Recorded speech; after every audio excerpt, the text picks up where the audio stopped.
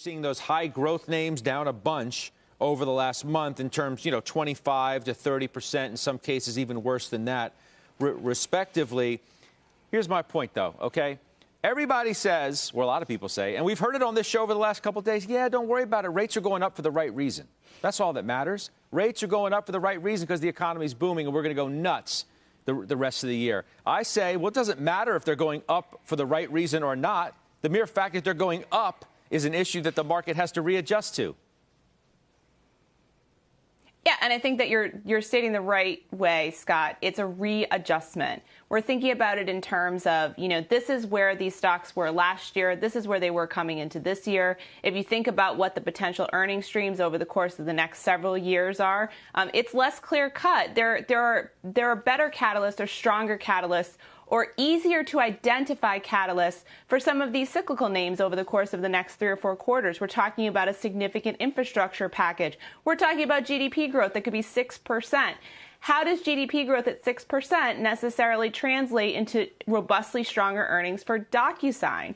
That's the difficult math that has to be done by investors today. And I think that's why you're going to continue, to Jim's point, I think he made a great one, and I agree with him. I think that there needs to be a continued re-rating on some of these high-growth stocks. I think that expectations were pulled forward significantly, as Jenny has said several times on this show, in 2020. And now we look at what are the earnings going to be 6, 7, 8 quarters from now? What is the rate that we're discounting those earnings at? And if I look at this basket of stocks that you pointed to, could they continue to be lifted by economic growth improvement? Absolutely. Does there need to be a bit of caution in these higher valued stocks in your portfolio? Definitely. And I think that's what you're seeing now. But to Jim's point, again, we look in the middle of this and we look at some of these growth names that can continue to be lifted by economic growth. You look at the valuations on those, they're not significantly overvalued.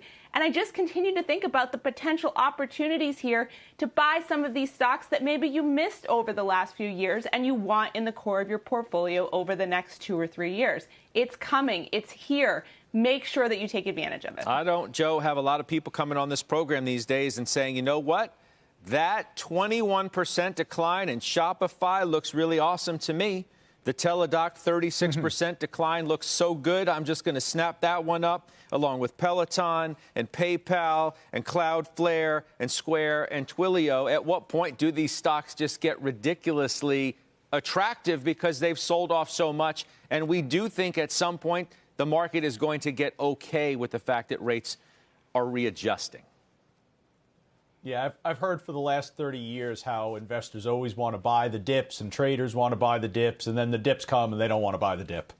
So, you're mentioning the names that are clearly identified as momentum, and I think that's what's going on right now. Longer duration assets as it relates to equities, they're most commonly referred to as momentum names. Now, Treasury yields are back to pre-pandemic levels currently. Coming into 2020, the pricing for a 10-year Treasury was 1.92. Where momentum resides right now, Scott, is actually in Treasury yield. So I would expect we're going to approach the 1.92 level. I think markets positionally are growing a little bit more comfortable with this move in yields, but I still see vulnerability for these long-duration momentum names. There are more tremors to come after the big earthquake that was experienced in late February, and I think that's what the expectation on the part of investors should be. Yeah, part of the problem, though, you say that the market is growing more comfortable with where rates are or investors are. At the same time, the market seems to be growing increasingly uncomfortable with the Fed. That all of a sudden, the market's starting to doubt the Fed. Is Powell, he didn't deliver what we wanted him to deliver a week ago, and rates shot up and the markets shot down as we were having this conversation on the air, right? Powell's going to give a press conference today. Now I wonder where market expectations, Joe, have gone to where, they feel like Powell needs to intervene on the fact that rates are starting to rise. Perfectly stated. Markets expect Chairman Powell to address the taper timeline, to push back against inflation. There should be concern that he doesn't. I'm wondering how much of the eagerness in terms of raising taxes on corporations and individuals is playing in the back of the mind of Chairman Powell, because in some capacity, that's fiscal tightening, Scott. So if the chairman does not lay out a taper timeline, if he doesn't push back against inflation, then we have an environment that you're describing where volatility is going to... Wait. You think that that's where the pressure line is for today?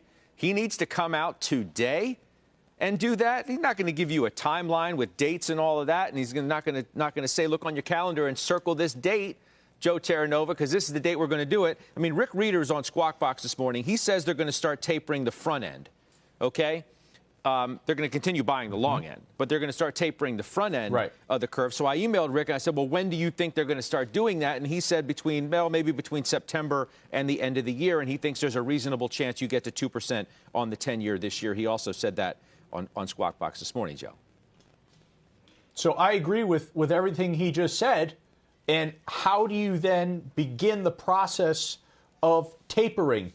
You communicate today by not saying something that's actually going to be coming. You prepare over the next couple of meetings in the message, in the statement from the Federal Reserve, that the taper, okay, is actually going to be coming towards the end of the year. You no longer suggest that you're thinking about further purchases. You take that language back, and that communicates to the market that the taper timeline is going to be initiated at a future meeting. Yeah.